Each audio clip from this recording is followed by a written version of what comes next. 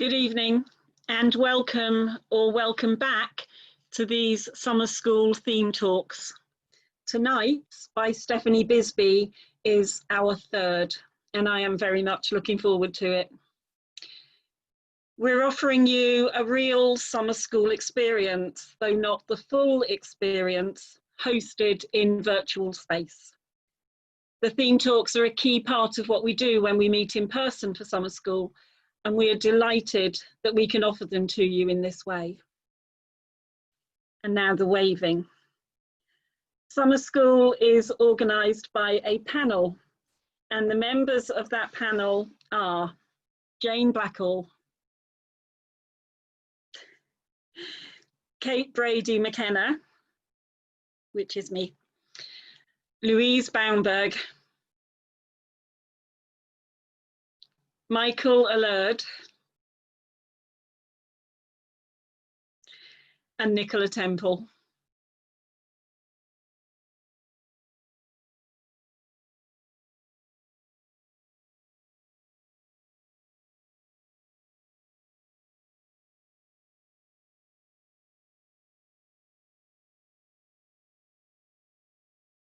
Okay, I'll carry on. You'll see Nicola at some point. Just some housekeeping before I hand you over to Stephanie. Bear with me if you've heard all this before. Please take care of your needs during this session. Staring at a screen is a lot more exhausting than staring at people, so please look away sometimes or just turn your camera off for a moment and be careful with yourself. This talk will be being recorded, as will all of our theme talks this week. We hope to be able to have the recording available by tomorrow morning at some point. The video on the recording focuses on whoever's speaking, and there'll only be a fleeting view of participants. But if you'd rather not appear, then you're free to turn your camera off and we'll just see your name. If anything untoward does happen, sometimes sessions get Zoom bombed, our security team, which is Jane and Nicola, will handle it, so just sit tight and wait. The chat box is going to be closed during the talk, except for 2 occasions when Stephanie will ask you to use it to respond. When it's open, please only use it for that purpose. Everyone will be muted until we open the breakout rooms to avoid interruptions from kitchen appliances, pets, and traffic. Live subtitling is available. You should be able to turn them on and off at the bottom of your screen if you look for closed captions. As always, a caveat, Stephanie might well say surprising things, but if there are any obscenities, it's because the subtitling only offers 80% accuracy. That's an assumption I've just made. Apologies if I'm wrong, Stephanie. A new bit of news: after our final theme talk on Friday night, there will be a short act of worship, some closing devotions. It will happen after we come back from the breakout groups, and we'll give you more details on that tomorrow, on how that will work. At the end of Stephanie's talk, we'll hear some music, after which we'll take a 5-minute break, and then you're invited back to join a small group for discussion on the talk. Those discussions aren't recorded. You may need to leave at that point, and you will go with our blessing and with the hope that we see you tomorrow for our talk from Bob Janice Dillon. If you would like a pastoral session about anything that crops up this evening, Michael Allard and myself, we're both Unitarian ministers, are available until 9:45 this evening, either by email or on Facebook Messenger. You'll have had our details in your invitation. So our theme speaker this evening is Stephanie Bisby. Stephanie is a ministry student with Unitarian College and a member of Upper Chapel in Sheffield. Hucklow Summer School is the highlight of her Unitarian year, and she was both delighted and terrified to be asked to speak this year. Stephanie has worked in marketing, communications, and office administration in the rail industry. She studied English language and literature at Trinity College, Oxford, and creative writing at Bath Spa University. And she's a published romantic novelist and prize-winning short story writer. For this talk, She says she'll try to stick to the truth. So I invite you to settle into a spirit of reflection and receptiveness as we listen to some music, after which we will hear from Stephanie.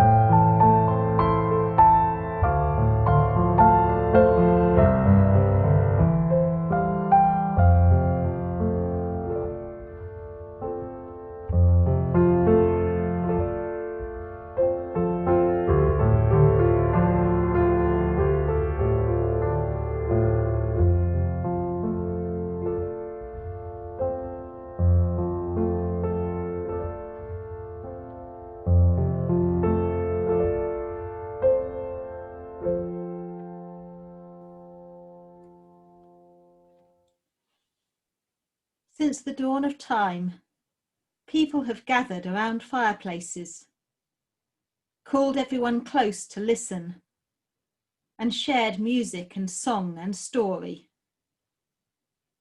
Flickering flames have kept the dark at bay and marked a circle of comfort and companionship. So let us gather at our virtual flame in peace and gratitude at this opportunity to nurture our spirits and kindle a common flame of love and understanding.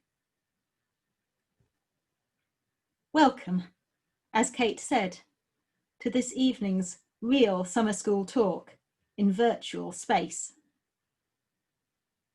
Whether you're a summer school regular, missing the familiar spaces of the Nightingale Centre, or whether you're dipping your toe into these waters for the very first time, and whatever your age, gender, sexuality, skin colour, hair colour, heritage and history, You are most welcome in this community. You are welcome to bring your joys and sorrows, your curiosities and your certainties. Whoever you are and however you are welcome. Many years ago at summer school, might have been in 2009, but it also might not, I'm not very good at dates, Andrew Usher and I were asked to lead an epilogue, and for reasons I've now forgotten, we decided we wanted to talk about stories. No great surprise, I suppose, as they've been my major fascination since childhood. What was a surprise was rediscovering recently the short piece we wrote, entitled Homily, and seeing how much it anticipated this year's theme. So I'm going to read it to you now, and then we'll share a few moments of quiet reflection. That silence will be followed by a blessing which I've shamelessly stolen from Louise because I loved it, and then a song, which we're sharing today with the kind permission of Unitarian Universalist singer and songwriter Jim Scott. Homily. Once upon a time, there was a story of a God who made the world in 7 days and led his people to the chosen land. Then there was a story of a man who lived a good life, died a terrible death, and rose again into heaven. The stories were written down, and in time they were collected into a book. It was translated into many languages, and some people have called this book the greatest story ever told. Many people have believed these stories. People have lived by them, fought for them and died for them. These stories have taken people to faraway places, and they have led people home. May we use the language of faith to heal instead of hurt, to unite instead of divide, to bring hope instead of fear and love instead of hatred. May we know the truth, and may the truth make us free.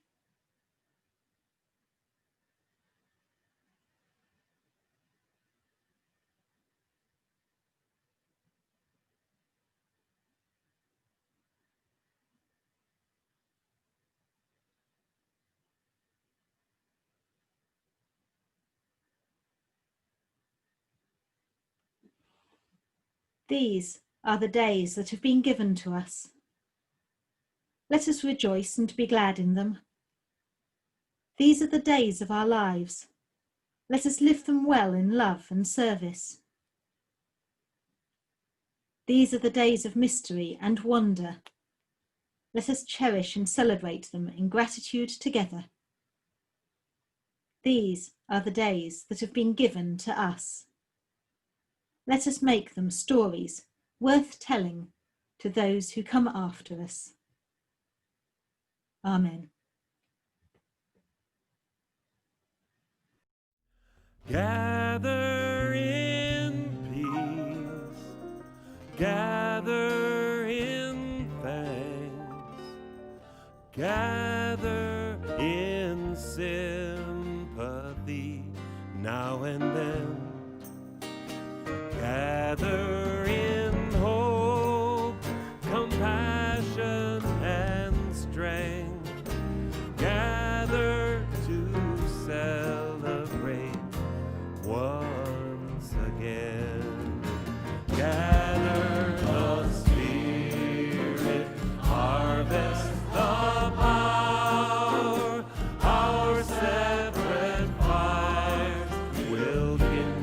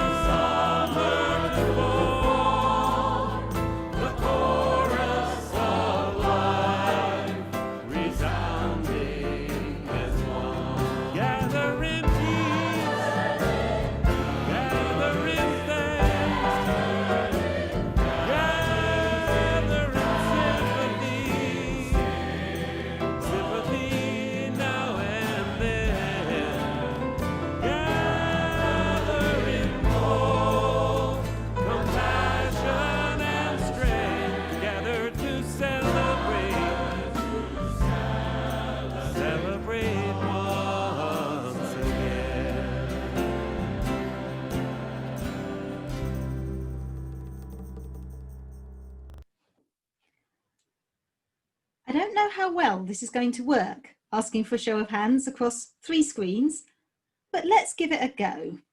How many people here today have come across the hashtag badly explain your job, where people on the internet describe their employment but not quite the way you'd normally expect? A few, but not too many. Let me tell you about the first time that I came across this amusing little challenge. It was on the Facebook profile of a best-selling novelist, and her answer was, "I lie for a living." Seeing as my ambition throughout my 20s and 30s was to do the same, I'm obviously exactly the right person to talk to you today about speaking the truth. Truth is a big subject, so let's make sure your brains are nicely warmed up. Here's a couple other examples I enjoyed of people badly explaining their jobs. And perhaps if you've worked them out, 1 or 2 of you could type your answer in the chat. So the first one is, I shoot people while other people stand around and watch. I shoot people while other people stand around and watch. Oh, I'd like to say you were cheating, Kate, but I don't think you actually could have been. That was very quick. Photographer. I'll take that one. Film camera person. Yeah. That's actually the answer that I had in mind, or a closer answer to the one I had in mind, only because if you answer these the exact same way that they were given on the internet, they'll all answer with the same letter. But not to worry about that. Here's the next one. I knock animals out and cut them up. A vet. Yeah. 2 answers at once. Oh, and 3. And Colleen's even given us the full version of veterinarian. Here's the last one then. I've married loads of men and I know where all the bodies are buried. Vicar or minister? So yes, if you're a Unitarian, you're more likely to answer minister. If you answered vicar for the 3rd one, vet for the 2nd one, and videographer for the 1st one, we'd have had our trio of V's.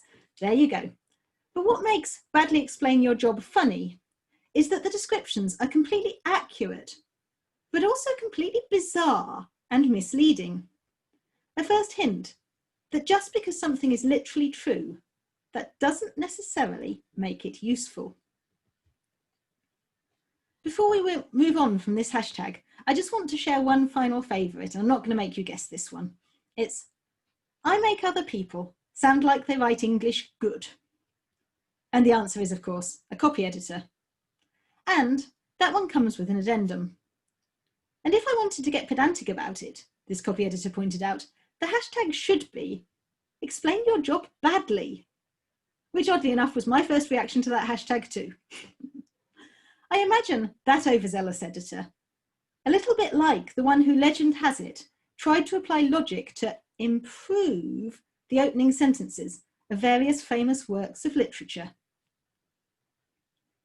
So when George Orwell wrote, "It was a bright sunny day in April and the clocks were striking 13, the story tells us he got the response, "Dear George, chronometric convention dictates that only clocks using the 12-hour system strike the hour. Consider instead referencing a 24-hour digital display, or changing this sentence to, the clocks were striking 1 p.m. Helpful advice. Call Me Ishmael, in turn, has the editor asking Herman Melville impatiently, well, is Ishmael his name or not? And who's this Dick fella? When do we meet him? And as for the wonderful, best of times, worst of times, Dickens's imaginary editor stubs out his cigar and says, slowly and patiently, the way senior managers do when they're talking to flaky creatives who can't be expected to quite get it. Well, which was it, Charlie? The best or the worst? They can't both be true. So far as I know, the internet doesn't record the author's responses to these editorial challenges. But I like to imagine Charlie, the Unitarian journalist and storyteller with an eye for a good line, raising an eyebrow and responding with the glib biblical reference that I remember hearing trotted out so often as I was growing up, in response to any challenge regarding the truth of a particular statement. What is truth? Said Pontius Pilate, and washed his hands. What is truth? Well, that's the question, isn't it? And I'm sure everyone who was here for Louise's and Anne's talks now knows the answer. So maybe you can help me out. If you were here yesterday or on Monday, or even if you weren't but you have an answer handy, would you like to drop a few words into the chat about how you'd define truth?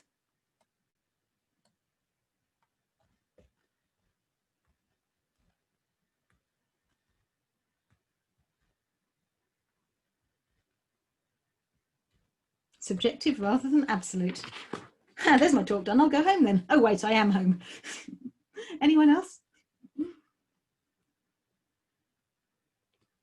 Corresponding with reality. Someone's been listening. That's very much the answer that I was expecting to get to, so maybe I'll save you some effort and we'll close the chat box there. Sincere honesty, absolutely. So corresponding with reality, honest, and I suppose the other thing I had in mind is that sometimes we define truth in opposition to its opposite, so not a lie. But before Anne introduced me to Julian Baggini and his 10 types of truth, I had in mind to talk about something a little simpler, just 2 broad types of truth. The type we might call factual, scientific or literal, and the type we might call poetic or metaphorical. We all know about literal truth, right? It's the kind you say you're going to tell when you swear in court to tell the truth, the whole truth, and nothing but the truth. Evidence that I perhaps overthink things even more than your average philosopher is that Baggini says that even the most ardent postmodernist doesn't split hairs about what that oath means. But me, I've always had a horror of having to appear in court and swear to tell the truth, the whole truth, and nothing but the truth. What if I make a mistake? What if I misremembered or misunderstood what was going on and I say something that isn't true? It's not an idle concern, it does happen. Once upon a time, I was in a police station with a friend, making a statement to a police clerk about an incident that my friend and I had been caught up in at a local swimming pool, and the clerk asked us to describe the person who started the scuffle. It was a guy who started it, we were both sure about that. He was of middling height with dark hair, that much was true. And then the clerk asked us about his clothes, at which point things got interesting. I was quite sure the man was wearing a purple top. I really like purple. I remembered the exact shade of purple. There was no way I was wrong. And yet my friend was equally determined he was wearing black. In the end, I backed down because I realised my argumentativeness was not exactly helping convince the police that we weren't the aggressors in this situation. That is, until we got outside the police station, whereupon I promptly started up again. What's this with black? He was wearing purple, a really striking purple checked lumberjack shirt. How could you possibly forget that? And the answer came back from my motorbike riding friend. Oh, I didn't notice his shirt. I just noticed the fancy bike jacket he was wearing over it, which was, of course, black leather. As Homer Simpson would say, dull. We were both telling the truth. Me when I said the man was wearing purple, and my friend when he said the man was wearing black. But the truth was bigger than purple or black. It's a trivial example of something that happens pretty much daily. We see one piece of the truth or another piece of the truth, and then we get attached to that piece, and we completely fail to notice the other piece of the truth, the piece that someone else has meanwhile got equally firmly attached to. When we can't agree whether it's one thing or the other, it's very often because there's a bigger picture, an and, that we're not seeing. We're pointing to one end or the other of the seesaw, but forgetting the wider picture in which the beam needs to balance. Maybe you've heard some arguments like this. Maybe you've even had some arguments like this. We need to leave the EU to preserve our sovereignty and independence. We need to stay in the EU to preserve the human rights successes it has fought for and the trade agreements we have come to depend on. We need to stay indoors to stop the virus spreading. We need to get out into the world. We are social animals, and our mental health and our economy depend on our activity. It's so easy to get stuck in one side of the argument, and then, as Louise described on Monday, confirmation bias kicks in, and it becomes almost impossible even to see the points made by the other side. But of course, unlike personal opinions about how we should respond to a complex situation, Purple and black are both still literal, provable truths, facts if you like. And if we described the scene in enough detail, we could eventually come to a literal picture that was true and included both perspectives. And presumably that's what we mean by the whole truth. But whenever I imagine standing up in court to tell the truth, the whole truth, and nothing but the truth, I find myself thinking with some trepidation of a story I first read in a book by Tony Buzan, an author and educator best known as the developer of mind mapping. As a result of a riding accident, Tony Buzan explained, a young man called Ireneo Funes developed a perfect memory, and at first everyone was envious of his powers of recall. But his powers soon turned out to be a burden rather than a blessing, because of the level of detail in his memories. If he was in court trying to tell the whole truth about the swimming pool incident, he'd have to explain not just the exact tone of voice the lifeguard used when he called out, "No running," or the colour of the guy's shirt, and the colour of the tiles where he slipped, but also the shocked expressions on the faces of the onlookers, and the fact that one of them was someone he'd seen 6 weeks before in the supermarket when he went in to buy a loaf of bread. Where would you stop? There's a reason we forget a lot of details. The whole truth is just too exhausting. A footnote to that story, though. I only realised much later, to my great disappointment, that Funes wasn't a real person. Funes the Memorious is the eponymous hero of a short story, A Thought Experiment, by the great Argentinian writer Jorge Luis Borges. How interesting that in my quest to convey something about our relationship to truth, I inadvertently found myself turning to fiction. And when I came to comment on that example, I then found myself turning to poetry, for truth beautifully expressed by the poet T.S. Eliot. Humankind cannot bear very much reality.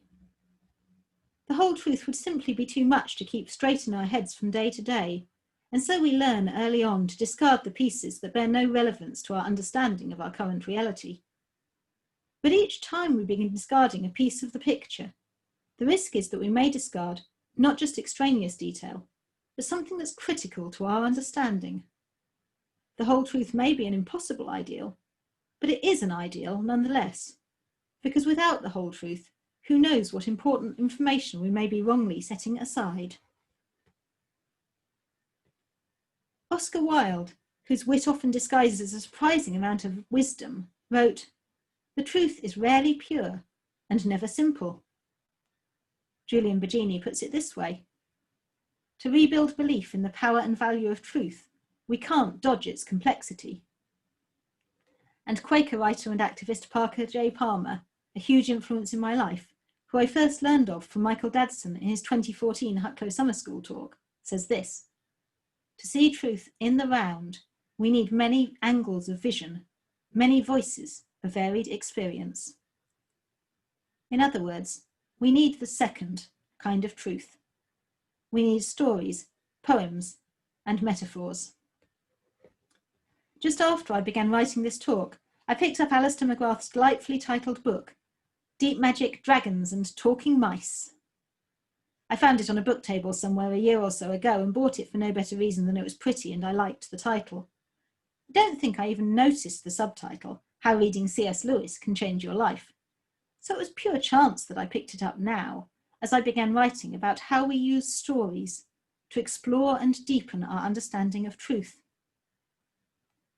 In the introduction, McGrath writes, "We all want to learn from people who have shown themselves to be thoughtful and helpful in dealing with the big questions of life. That's why so many of us turn to close friends or trusted colleagues and ask if we can have some time with them to get their advice. Let's have lunch is not a suggestion that we just eat food. It's a request to spend time together, to get to know people better and talk things through. We want to listen to those who have been through difficult situations like the ones we're now facing and learn how they coped with them.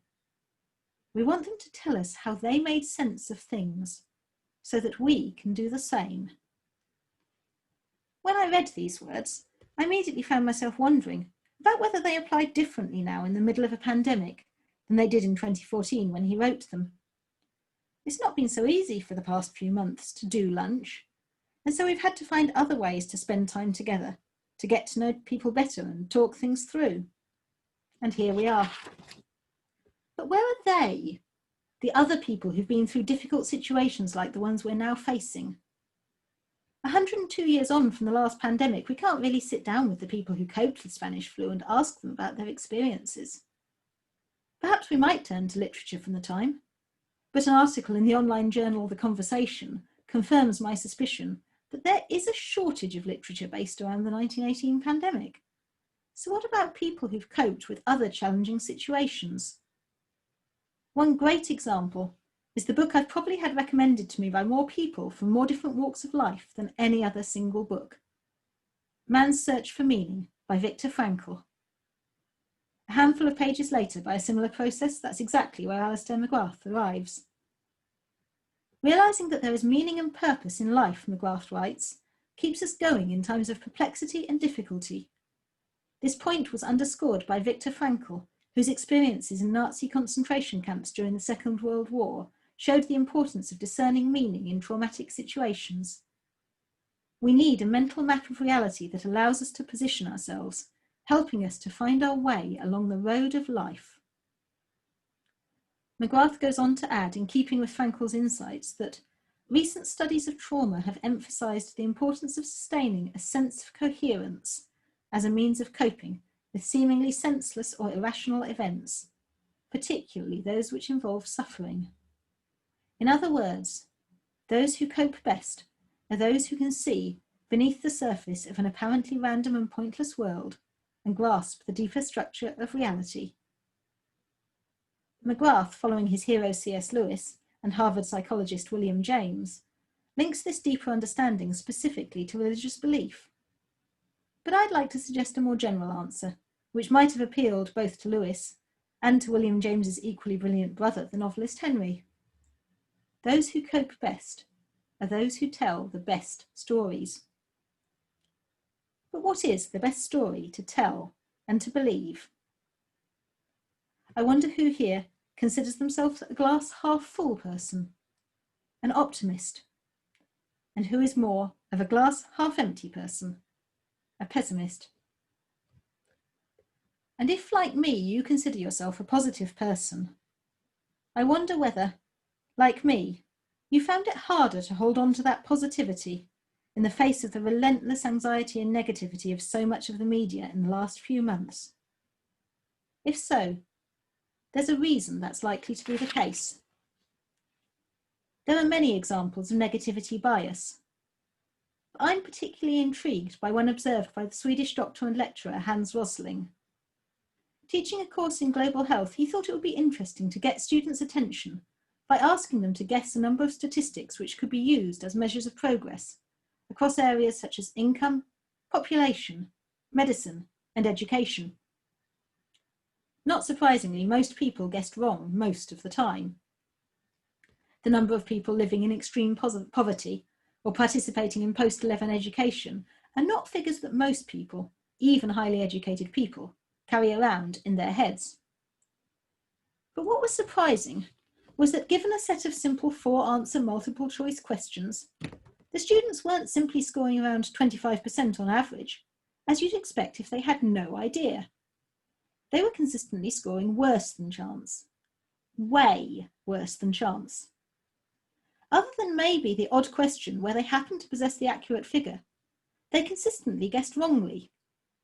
And given a choice between the accurate figure, a wildly optimistic figure, and a wildly pessimistic figure, they consistently picked the most pessimistic estimate. And Rosling went on to replicate this finding with audiences across the world, with the general public in TED Talks, and with global leaders in politics and medicine and business. We consistently interpret the world wrongly, and we do it in a very particular way. The majority of the world, Rosling points out in his challenging book, Factfulness, doesn't live in what is defined as extreme poverty. Their girls go to school, their children get vaccinated. Though the world faces huge challenges, we have made tremendous progress. This is the fact-based worldview. But we consistently believe otherwise. Why? The human brain is a product of millions of years of evolution, and we are hardwired with instincts that helped our ancestors to survive in small groups of hunters and gatherers. Our brains often jump to swift conclusions without much thinking, which used to help us avoid immediate dangers. We are interested in gossip and dramatic stories, which used to be the only sources of news and information. Rosling acknowledges that these instincts still have their place. We still need these dramatic instincts to give meaning to our world and get us through the day. If we sifted every input and analysed every decision rationally, a normal life would be impossible. But, he cautions, uncontrolled, our appetite for the dramatic goes too far, prevents us from seeing the world as it is, and leads us terribly astray. Author and performance coach Brendan Burchard explains our tendency to catch hold of negativity this way. It's difficult to choose joy in an agitated, chaotic, often angry world. The social contagion of negativity spreads quickly because the human mind is susceptible. We are wired to sense and mirror the emotional energy around us. Seeing fear on someone's face can trigger a state of fear. Such emotional contagion had primitive benefits once. It was a blessing in times of grave danger. When the faces of our friends contorted in fear and they began to flee from some unseen threat, we saw their terrorized faces and automatically felt afraid and fled with them, even before knowing the threat. This prevented us from being eaten or maimed by a prowling animal or murderous band of men. Burchard goes on to explain that emotional contagion, so necessary in the face of an immediate danger, can in a more advanced society itself become the danger, dragging us all down to an emotional common denominator of fear and apathy. It's all too easy for the story we tell to become a negative one, in which the recognition that the world we live in is in many ways broken, seems to lead inevitably to the conclusion that there is nothing we can do to fix it. One of the primary purposes of the spiritual life, it seems to me, is to interrupt that train of thought with a different and more powerful story.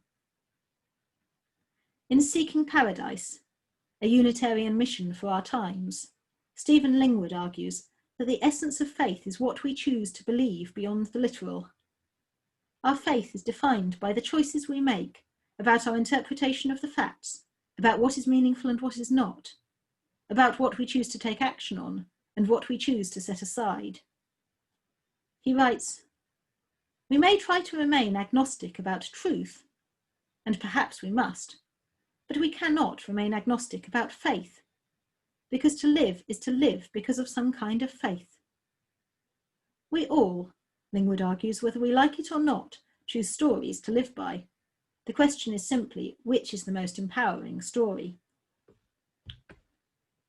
Creativity coach Julia Cameron, in her wonderful book, A Right to Write, quotes therapist Mandy Aftel saying, "The way we describe our lives and understand them is ultimately and inextricably connected to the way we live them. In a very real sense, we're the authors of our lives." Cameron then goes on to ask, if we are the authors of our lives, why not rewrite them more actively? We can find the same idea expressed in different ways across various disciplines.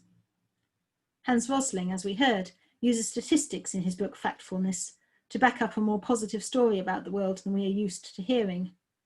Rutger Bregman, in Humankind, A Hopeful History, tells a similar story. We consistently expect the worst. In crisis situations, we assume that everyone will look out for themselves. Yet time and again, history proves us wrong. From the Titanic to the Twin Towers, it turns out that extraordinary heroism is actually the norm, not the exception.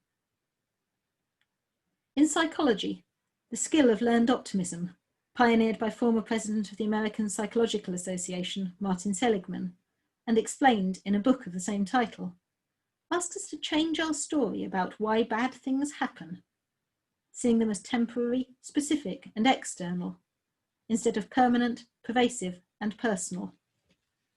If we think we caused, maybe even deserved, the negative event, if we think that things in general go from bad to worse, and if we think that a slippery slope once descended can't be climbed again, we'll struggle to find the motivation to improve things.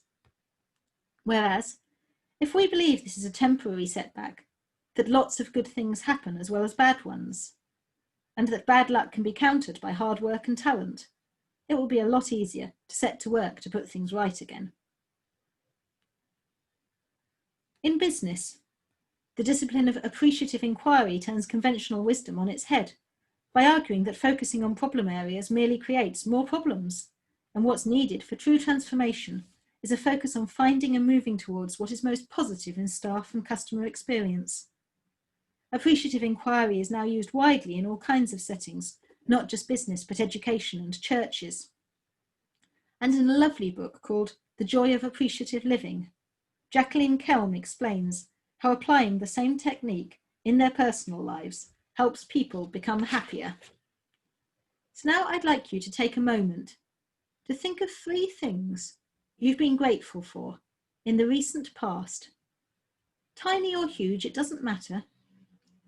And just take 30 seconds or so to feel your appreciation for each one. If you want to write them down, you can. Or feel free to move around and stretch while you think. But let's just take a short pause to think of, and if you can, to experience the memory of 3 things you've been grateful for.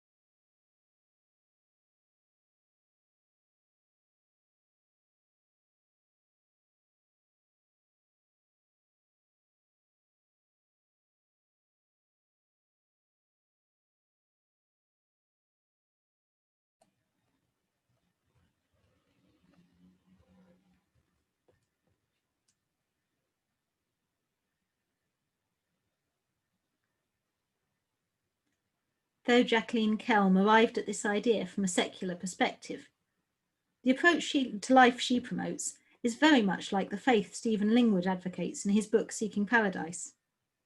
A poetic, nature-loving, joyful spirituality. Of course, there are those who argue that this positive focus is unrealistic. Lingwood admits that some might see his faith as too optimistic, and argue that it doesn't treat pain, suffering and injustice with enough seriousness. He counters this with the example of Etty Hillsum, who, like Viktor Frankl, wrote optimistically of her experiences in the concentration camps, not cultivating a silly sense of denial, but expressing a faith rooted in a deep sense of beauty and love and grace in this world, a faith that can give joy and meaning, even in the face of the greatest horror, can provide the imagination with a sense of hope, a sense that another world is possible, is here, and is more real than the world of violence and empire. This contrast seems to me to be at the heart of our question this week. How do we speak the glorious, hopeful, spiritual truth that the world is full of beauty and love and wonder and grace, and in so many ways is getting better all the time, while also honouring the reality of those experiencing suffering and sickness and pain and cruelty and crime and discrimination? We do so by acknowledging the complexity of truth, the bigger story that includes both positive and negative, the work that has been done and the work that has still to be done. And we do so by acknowledging that each of us only sees a small piece of the whole picture, and we have a responsibility to check and double check our story against other stories and against what we can uncover of the facts, and then to speak as honestly as we can of what we find, while continuing to remind ourselves that, in the words of Stephen Lingwood again, all knowledge and understanding is shaped by our social position and perspective. There is nothing wrong with this. It is only wrong to be dishonest and claim that it is not the case, with a pretense to some kind of neutrality. I am incapable, says Stephen Lingwood, of seeking truth in a way that is entirely universal and neutral. And so is everybody else. That being the case, our truth is inseparable from our story. Shakespeare wrote, "This above all, to thine own self be true. It follows as the night the day, thou canst not then be false to any man." Maybe nowadays we'd use the ungendered form anyone rather than any man. And maybe we ought to be a little cautious about accepting too uncritically one of a string of cliches reeled off by a pompous old man who comes to a nasty end because of his bad habit of eavesdropping. But on the whole, Polonius's words get quoted a lot, because at some level they are both true and useful. Speaking the truth to others in love begins with recognizing our own truth. Oddly enough, I'd never consciously noticed before now that in the very famous verse from John's Gospel, Jesus doesn't say that speaking the truth will make you free. No, you shall know the truth, and the truth shall make you free. Truth is, so to speak, an inside job. Ian Levanzant writes in Acts of Faith, Daily Meditations for People of Colour. Everyone has something they are afraid of or ashamed of or feel guilty about. Each of us in our own way will devise a neat little method of handling it. Some of us deny, some of us blame, some of us do a combination of both. Undoubtedly, the day will come when we will be forced to examine that which we have tucked away. We can begin by telling the truth to ourselves about ourselves. Indeed we can, although sometimes we need a little encouragement. Earlier I mentioned Michael Dadson's 2014 Summer School talk, which introduced me to Parker J. Palmer. And the 2014 Summer School was a very influential one for me. The theme that year was the authentic self, and Jane Blackwell gave a talk entitled Who Are You?, which asked us to consider how we defined ourselves and presented ourselves to the world. And in that talk she explained an aspiration: to be my whole self wherever I am, whoever I am with, and how this sometimes meant outing herself in various ways, including as a Unitarian. And she asked how many of us sometimes skated over how we spent our Sunday to avoid awkwardness in a secular workplace or social group. Without that challenge to my shy, reticent, don't talk about politics or religion British self, I wonder whether I'd ever have become confident enough talking about my faith to step onto the path to ministry. Who knows? Perhaps something else would have prompted me if that had not. They say that when the student is ready, the teacher appears. And one thing that seems to have acted as a prompt towards authenticity for very many people is the poetry of Mary Oliver. I had thought that was perhaps a uniquely Unitarian thing, but Mark Oakley, the former canon of St Paul's Cathedral and current dean of St John's College, Cambridge, makes a similar observation in his book A Splash of Words, which bears the brilliantly ambiguous subtitle, Believing in Poetry. Oakley devotes an entire chapter to Mary Oliver's poem, The Journey, and says he has spent quite a few hours listening to a variety of people of very different ages, exploring how Oliver's words have prompted some necessary shift towards honesty in them. This, for those who don't know it, or for those who will enjoy hearing it again, is the poem. One day, you finally knew what you had to do, and began, though the voices around you kept shouting their bad advice, though the whole house began to tremble, and you felt the old tug at your ankles. Mend my life, each voice cried, but you didn't stop. You knew what you had to do, though the wind pried with its stiff fingers at the very foundations, though their melancholy was terrible. It was already late enough and a wild night, and the road full of fallen branches and stones.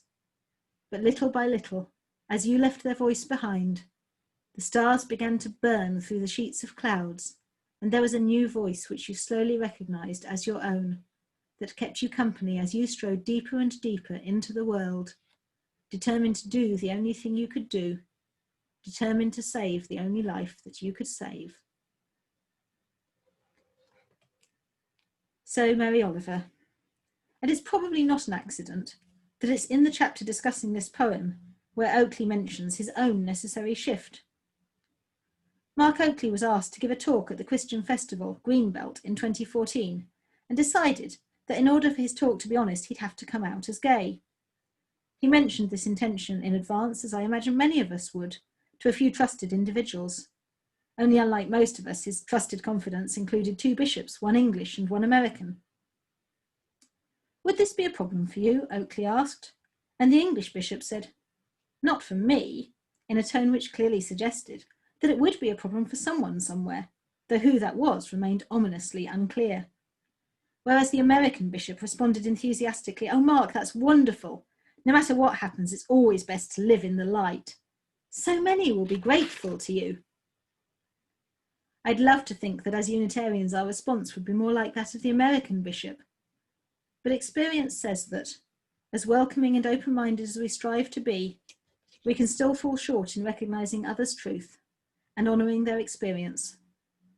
Most of us, no matter how open-minded and empathic, once in a while fall prey to assumptions and stereotypes about others, whether that's in relation to gender, sexuality, race, personal or professional status, or a whole host of other attributes. To take a thoroughly trivial example, about 3 weeks into lockdown, I found myself getting quite exasperated with having to explain to people why Steve and I were attending Zoom meetings from separate computers. Yes, I'm in the same house as my husband. No, we haven't fallen out. Just some people assume that how marriage works is married couples do everything together whenever possible, whereas we see ourselves as separate individuals who share many things but enjoy our own space and our own technology. After a few weeks, most people who mattered knew this and I stopped having to explain. But the experience had given me a small taste of what it must be like to live in a way where your truth is different to other people's defaults and constantly requires explanation or justification. At least when I explained my truth, people seemed to accept it. Can't imagine what it must be like to have your self-definition, your identity questioned once you've plucked up the courage to share it. Telling a truth that defies convention is hard when you're certain of your own truth, but even harder when you're still figuring it out. No wonder we so much need the stories of those who have gone before, the poems that affirm the validity of our choice in favour of truth. Mark Oakley describes Mary Oliver's poem, The Journey, as a poem of transformation, necessary change, and of the heart, finally making a decision to be true to itself. At the end of the poem, Mary Oliver describes a new voice, which you slowly recognised as your own, that kept you company as you strode deeper and deeper into the world.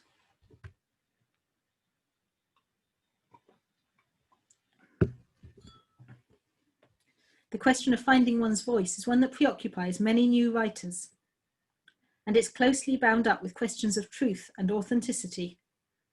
Finding your voice and speaking your truth very often, as Mary Oliver implies, go hand in hand. And it's a powerful thing to do, but it's also frightening.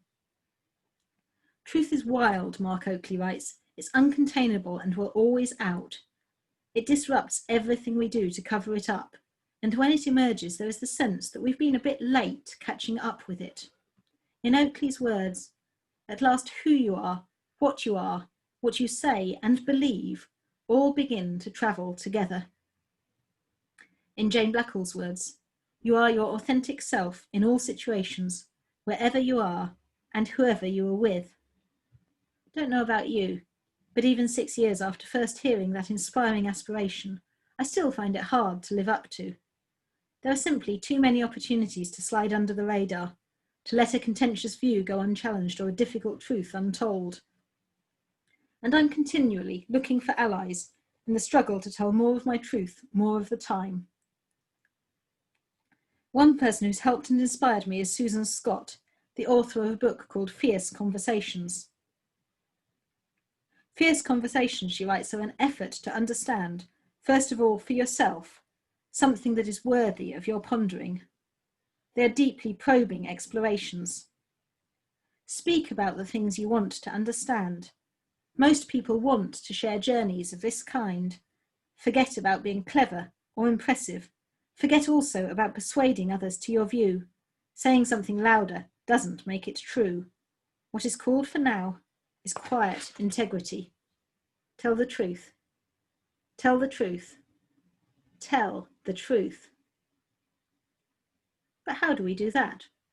Scott outlines 7 principles, of which the first is master the courage to interrogate reality. In other words, be prepared to suspend judgment and engage with someone else's truth even if it's quite different to yours. Others include be here, prepared to be nowhere else, an exhortation to mindfulness, and tackle your toughest challenge today, invoking courage. The final principle is let silence do the heavy lifting. In the conclusion of the book, she suggests, as well as spending time in silence, reading classic fiction, memoir, and poetry, and taking walks. Once again, as with Jacqueline Kelm's book, we find a very secular text, exhorting us to a set of practices which feel very much like part of the spiritual life. Anne mentioned yesterday a book by Graham Adams, one of my tutors at Luther King House, Theology of Religions, Through the Lens of Truth as Openness. I don't have a lot to add about it, in part because I've managed to temporarily misplace my copy. But one thing that struck me when listening to Graham talk about his research was the incredible courage it takes to engage in theology at the level of true openness, to talk about one's own beliefs with a mind so clear that it's just as possible you will be converted by the other person as it is that you'll convert them. As Stephen Lingwood says, how do we know what we know? Through an imperfect process of discerning truth in community. Are we certain that it's the full truth of God? We know that it is not, because the mystery is much bigger than our understanding. Is there more to be discovered? Yes, there is. And this is a good reason for entering into dialogue with others who hold different truths. Summer school is one of the places where I have had many of the conversations which have shaped my thinking. From the topics aired in the theme talks, through to the in-depth explorations in our engagement groups, we have wrestled with issues of spirituality, self-expression, and authenticity. And over time, I've found ways to talk with virtual strangers in these circles of trust about some things that I could barely have imagined discussing with my closest friends. This year has been a little different. Our real summer school in virtual space, of practical necessity, lacks certain aspects of our in-person gatherings in Hucklow.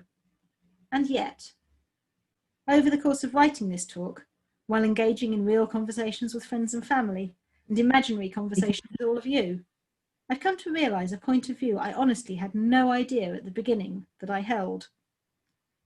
Speaking the truth in love may be possible only to the extent that we are also able to listen in love, to open ourselves to the truth of others, especially, as Anne said yesterday, those at the margins. But listening may be a topic for another summer school. This week we consider how to speak the truth in love. In a moment, we will end with some closing music, chosen in honour of Daniel Costley and those who organised and attended Fuse, the Festival of Unitarians in the South East, in February, when this song also closed the proceedings. Then you will be invited, if you wish, to stay and chat at whatever level you find comfortable, about 2 questions. What have you been grateful for in recent times? And when have you told someone, or been told, a difficult truth in love? For now, let us pause and acknowledge this truth, that we live now, as perhaps people have lived throughout history, in both the best of times and the worst of times. May we seek to celebrate the best and to remedy the worst, and may we strive always to walk in the light of truth and love.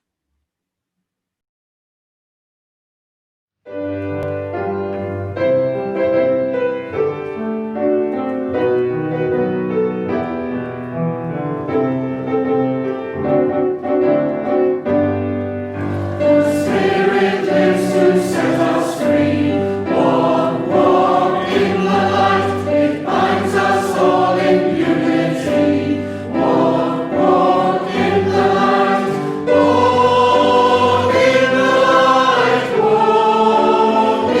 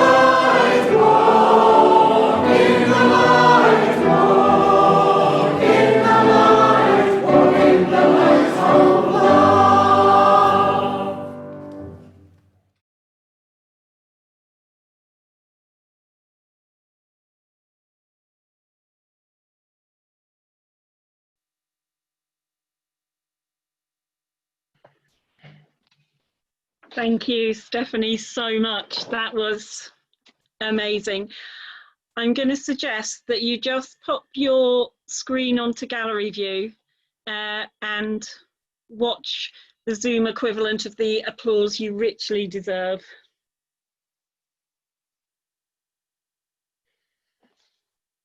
Thank you very, very much. We're going to take a 5-minute break now to pop the kettle on, use the loo, stretch, use the 5 minutes as you will, actually. You don't need me to tell you how to spend 5 minutes. When we return, you'll be put into small breakout groups for some further discussion on what Stephanie has said. We have some questions to prompt that discussion. The breakout groups are not recorded and you will be unmuted for those, obviously.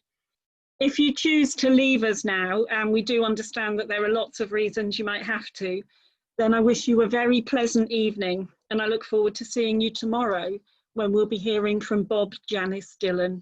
So let's take 5 minutes break and then come back in here for some further conversation.